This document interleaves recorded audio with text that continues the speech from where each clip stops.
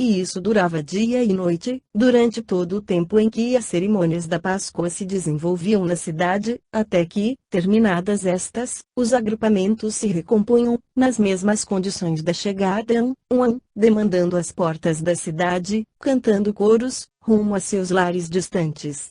Em Jerusalém, os pais de Jesus se hospedavam em casa de Lia, parenta de Maria, onde também se juntavam a outros parentes e conhecidos, tomando conta dos cômodos interiores e dos pátios.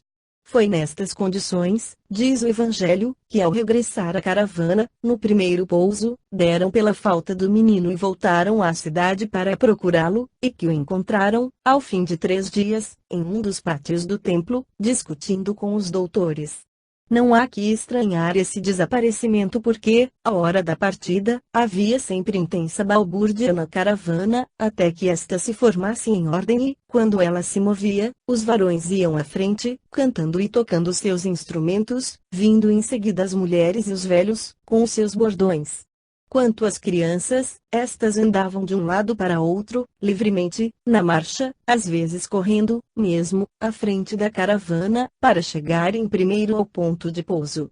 De maneira que, à saída, os pais do menino, não estando juntos, mas separados, pensaram, que o menino estava em companhia do outro ou, talvez, em companhia dos outros meninos, nas suas alegres correrias, só dando pela falta, depois que todos chegaram ao pouso.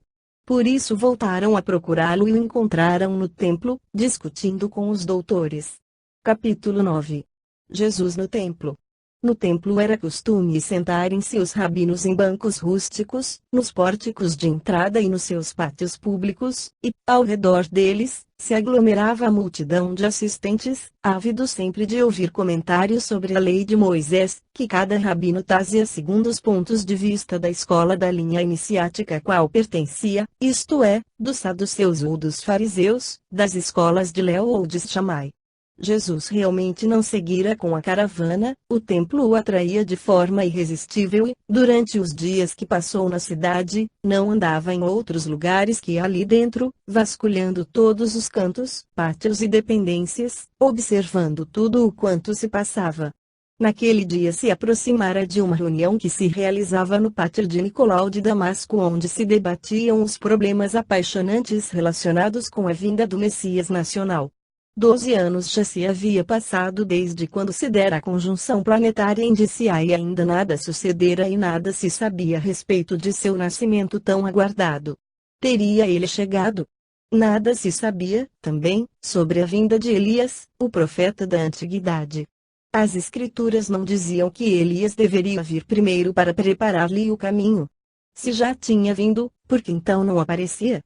Israel não estava há tanto tempo sofrendo as desgraças da escravidão?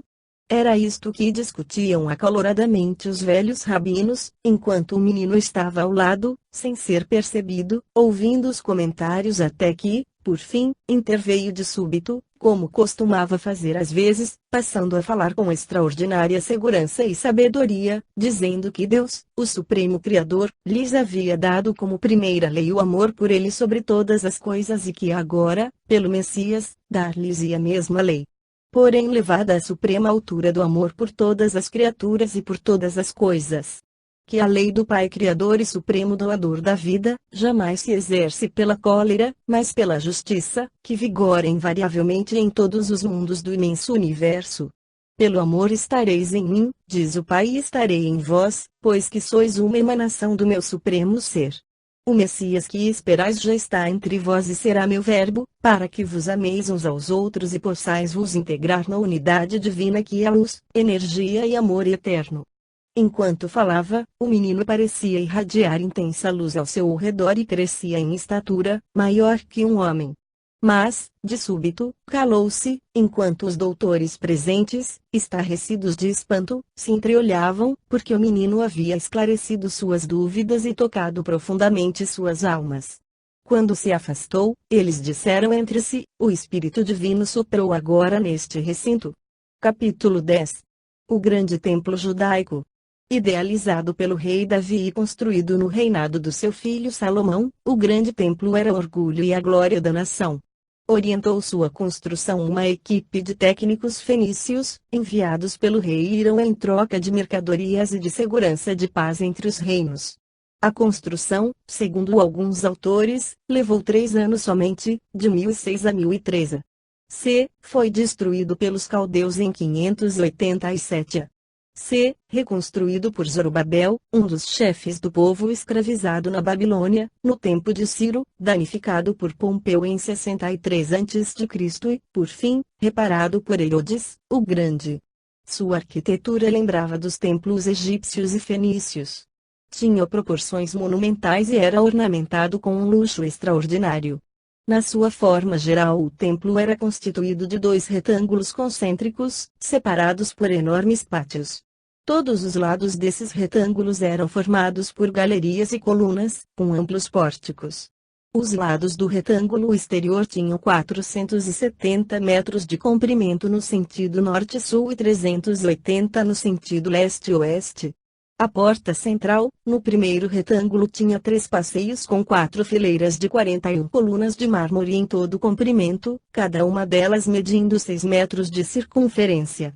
O povo transitava pelas galerias laterais que tinham, cada uma delas, 2 passeios de 9 metros de largura. Havia 4 portas a oeste, 2 a sul e 2 a leste, formando estas a chamada Porta Dourada.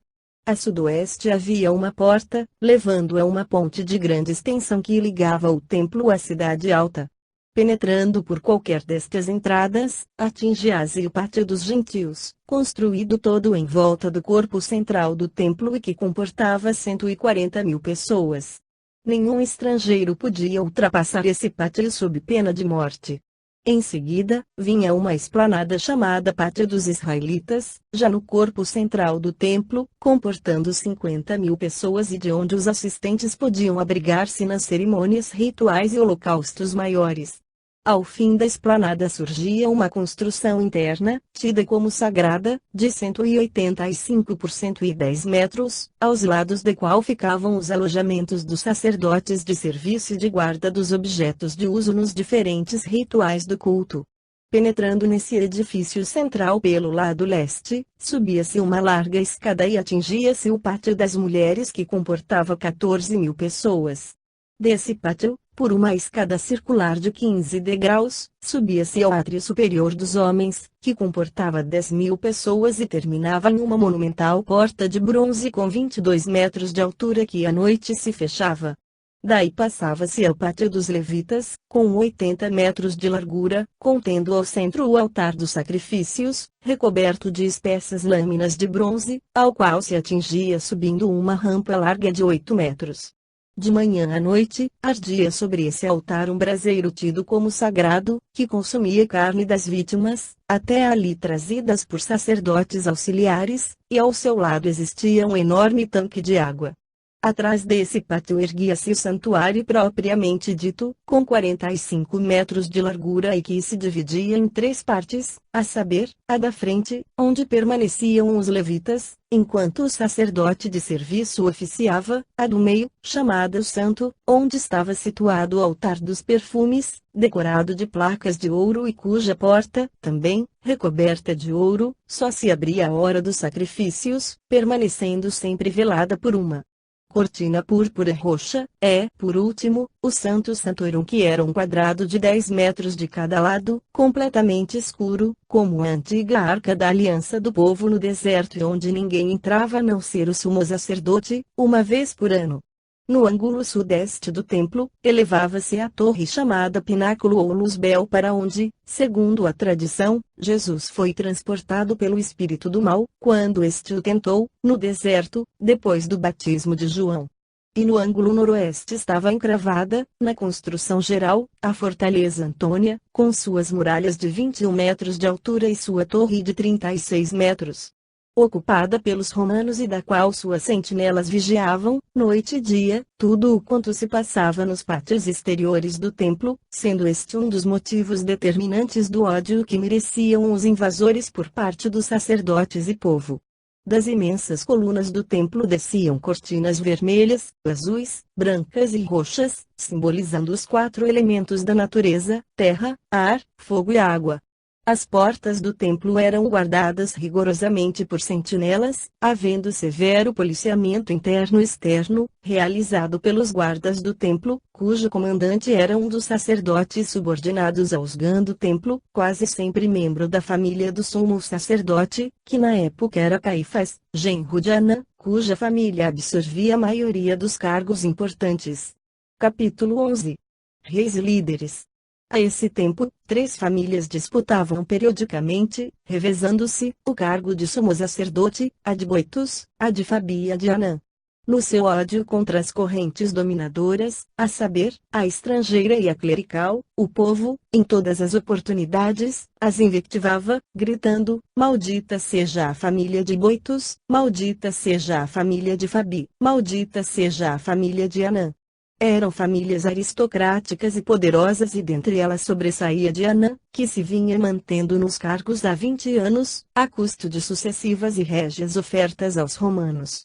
Essa família já dera muitos sacerdotes e, mais tarde, no ano 70, ao ser a cidade destruída pelos romanos, por Tito Vespasiano, era ainda um Anã que ocupava o cargo. Normalmente este era obtido por eleição, pelo voto dos sacerdotes de hierarquia mais elevada, ou por acomodações vantajosas entre eles, mas, à época de Jesus, em regime de plena corrupção, os procuradores romanos punham o cargo em leilão anualmente. A Palestina, após a conquista de Pompeu no ano 63 a.C., e subsequente transformação em província do Império, decaiu rapidamente de seu antigo poderio. A conquista se deu quando o país era governado pelo rei nativo Hircano, descendente dos Macabeus, mas, com a morte deste rei e após várias lutas internas, o ambicioso Herodes, futuramente chamado Grande, conseguiu proclamar-se rei dependente de Roma e governar despoticamente vários anos, até o dia de sua morte trágica. Seu pensamento era formar uma estirpe real do seu nome. Em seu testamento, dividiu o país em 3 partes e as legou a seus 3 filhos, com o mesmo título de reis, mas o imperador romano negou tal desejo, concedendo-lhe somente o título de governadores. Assim, Arquelau foi indicado como etnarca da Judeia e da Samaria, Herodes Antipas, tetrarca da Galileia, Herodes Felipe, tetrarca da Itureia. Porém, após essa divisão, não tardou que Arquelau, o melhor aquinhoado, pelas suas crueldades e desmandos, fosse demitido pelos romanos e exilado nas Gálias, passando a Judeia e Samaria a serem governadas por um procurador do império, o terceiro dos quais foi Pilatos. Pilatos pertencera ao exército de Germânico, filho de Augusto, assassinado em Alexandria, mandado de Tibério, o imperador atual. Aventureiro e ambicioso, sem escrúpulos, aceitou casar-se com Cláudia, enteada de Tibério, de fama pouco honrosa. Após o casamento, Pilatos pediu o governo da Judeia, por ser muito rendoso. Normalmente, o procurador vivia em Cesareia, capital litorânea, no Mediterrâneo, mas quando vinha a Jerusalém, principalmente nos dias em que aumentava o fluxo de peregrinos, o que sempre pressagiava tumultos, hospedava-se no palácio de Herodes, a edificação mais luxuosa, quando não se encerrava diretamente na fortaleza. Antônia, segundo as circunstâncias. Os líderes espirituais do povo não eram, na realidade, os sumos sacerdotes, como seria natural que fosse, mas sim os rabis, os intérpretes da lei que, normalmente, usavam vestes franjadas e cintas de couro na testa e nos braços. Levavam o povo para onde queriam, sendo seguidos fanaticamente, por isso mesmo, sempre vigiados pelo sinédrio. Os sumos sacerdotes eram aristocratas, quase sempre da corrente dos saduceus, enquanto os rabis eram fariseus, homens do povo, sem ligações partidárias, que se limitavam à interpretação da lei consignada na Tora. Enquanto os rabis encarnavam os sentimentos religiosos predominantes, os sacerdotes representavam o poder político.